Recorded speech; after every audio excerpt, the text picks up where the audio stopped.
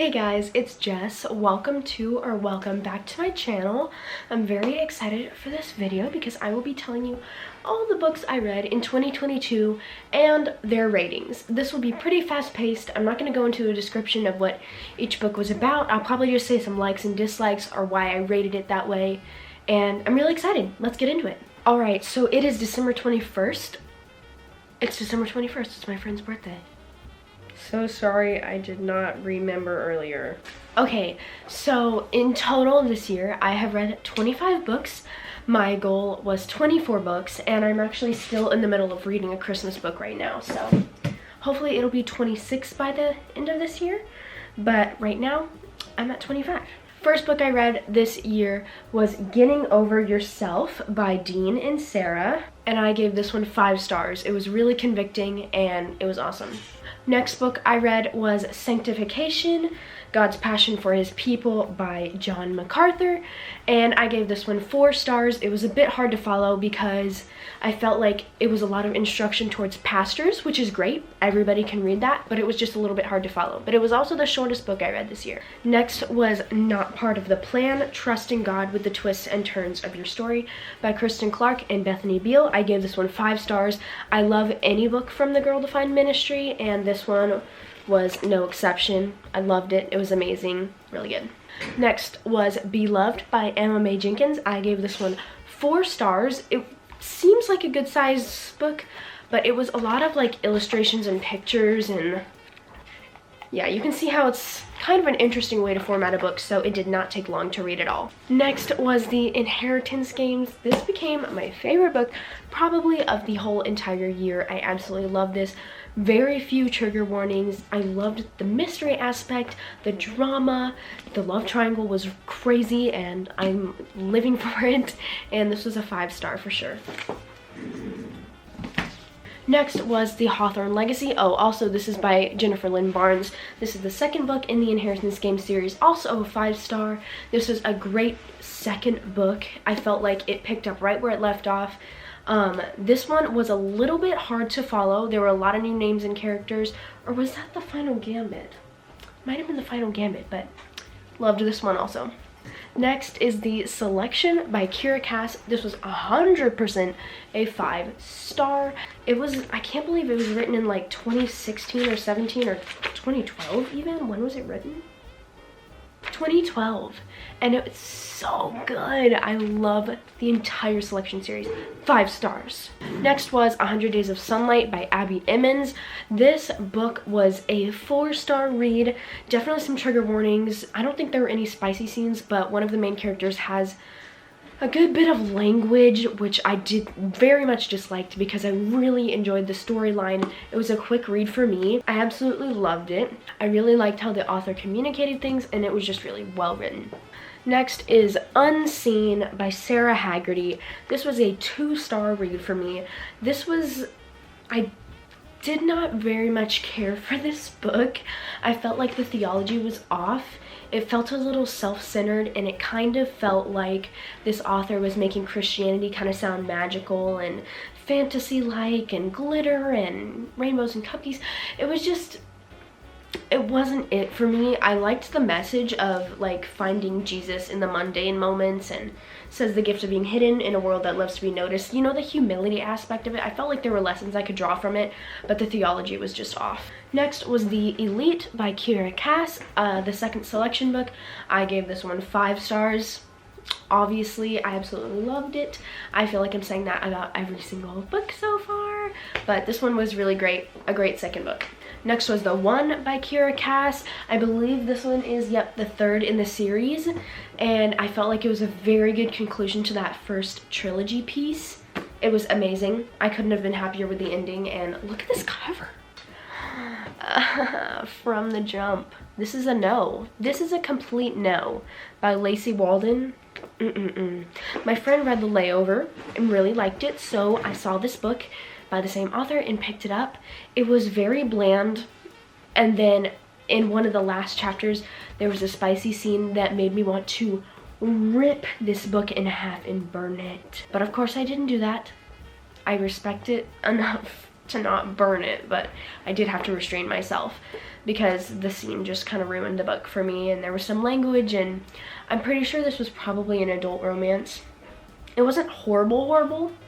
Like, I ended up finishing the book just to see if there were any redeeming qualities. There wasn't. It was just bland. Didn't like the scene. 1.5 stars. Okay, next was The Summer of Broken Rules. This was a chunky book. I read this book with a friend. Did I? No, I believe a friend just sent this book to me. Why am I having a brain fart? I don't even remember. I remember this being a really good book.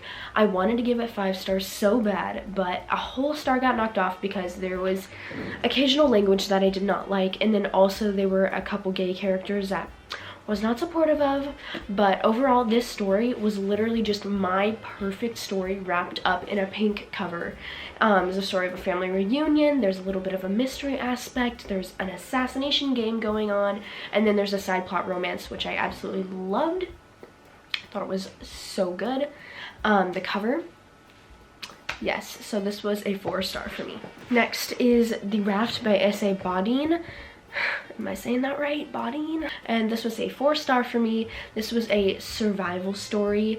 It did make me cry. I think it was one of the only books this year that did make me cry. And it was because it was a pretty realistic scene. This is pretty much a cliche survival story, so if you're looking for something predictable, but still a little bit, you know, tense and cliffhanger-esque, this is the book for you. And it's really short. Next is Love and Gelato by Jenna Evans Welch. This was a really nice summer read. I believe I read this in July. It was just a great, simple book. It was a little bit slow in the beginning, but I soon came to love it. I was told not to read the rest of the series because they were not as good, but I loved the pure romance in this. I can't think of any trigger warnings for this book. I thought it was really great. I gave it 4 stars. It was pretty good. It was just pretty average, good, sweet romance. We were liars. Were we? This was a nah. This was a nah. I gave this 2 stars. 2 stars. We Were Liars by E. Lockhart. Some people love this, some people hate it. I did not like it. I hated the ending, and you know, there's a lot of books where I just don't like the ending, but this one was more than that. I just didn't care for the dynamic of the characters. I felt like there was a lot out of place. I didn't really care for the writing style.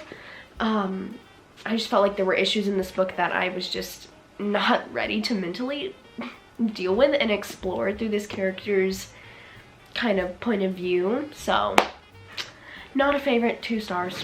Next is Finley Donovan is Killing It. I rated this 3 stars. This is by El Cozimano. I read this with a friend. I'm not sure what she rated. I think she rated it a 3 also. This was just not it for me. I didn't realize this was an adult novel until I got to the end and read the last page that said El Cozimano's first adult novel. And I think trigger warnings, this might be just for me. I think through this book I learned that I don't really care for murder mysteries. I don't really like the idea of somebody killing someone and burying them in a field. Just wasn't it for me. There was language in this book, and then there was mention of harassment, as one of the characters in the book was a criminal. Yeah, it just wasn't it for me. 3 stars. But I did like the mystery aspect. Read Something Else by Lemony Snicket. Of course this got 5 stars from me, guys. I love Lemony Snicket. His writing is so engaging and intriguing to me. And this was basically just a little book of his quotes. It wasn't even like a real book, but I did read the whole thing. Yeah, of course it got 5 stars. Easy read, just all of his poems, and I thought it was really cute. Next is Everything, Everything by Nicola Yoon. 3 stars for me. I thought it was a really cute story up until there was one spicy scene that just kind of ruined it for me. It felt really unnecessary. I honestly feel like the story would have been better without the scene. It just didn't feel right for it to be in there, and also I don't really care for spicy scenes like that. I don't know.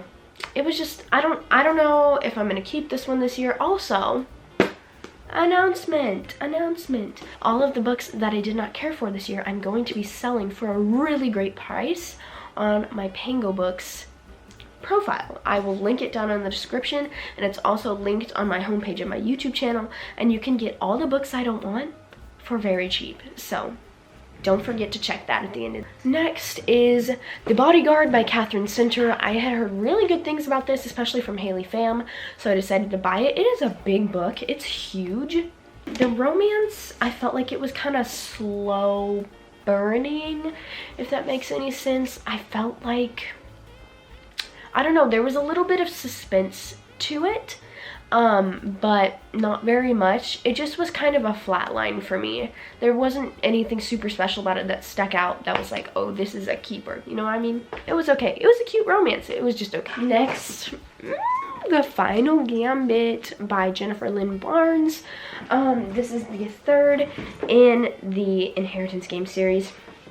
I gave this one a 4-star, actually. Yeah, I gave this one a 4-star, whereas my other two in the series were a 5-star. There were so many characters in this book, and this is the one that had lots of characters, lots of lineage talk, lots of new characters, lots of names being said that were kind of hard to keep up with. It didn't have too many curse words. There were no spicy scenes. There were a couple lesbian characters that I believe came in the first book that were still in this book, which I don't care for, but I loved this one. Alright, long story short, I kind of feel like this one didn't deserve the review that I gave it, but maybe it does. This one, Long Story Short by Serena Kaler, was a bit disappointing. I read this with a friend, so that was fun to do, fun to talk over, fun to, you know, look at with a godly point of view. One of the main characters was gay, so we did not like that at all.